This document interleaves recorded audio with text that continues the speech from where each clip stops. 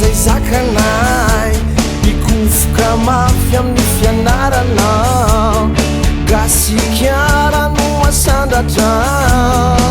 ka fanambony anay ny anay nizaniza anaratsy malagasy ray tsy mivaky tsy hoavelanay opotika mandraky izay ka fanambony anay ny anay fanambony anay ny anay fanambony anay ny anay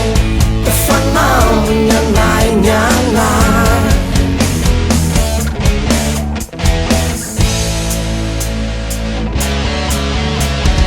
nizanatsatsy hoe fiandriananao zay tsy alazoa nianoananao ezaka mafy zay ny amin'izay manjoanao niarenavy ny tsy anananao nefa irifiriany no iainanay ao ezaka mafy zay ny amin'izao manjoanao vatolampy azo ateranao namoiny aina za tsy feranao gasikiarano asandratra ka fanambony anay ny anay nizaniza anaratsy malagasy ray tsy mivaky tsy avelanay opotika mandraky izay ka fanambony anay ny anay fanambony anay ny anay fanambony anay ny anay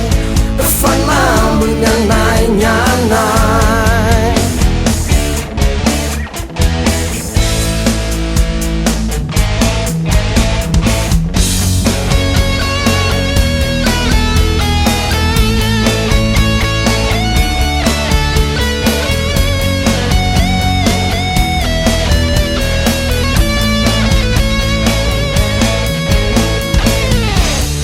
vatolampy azo ateranao namoiny aina za tsy feranao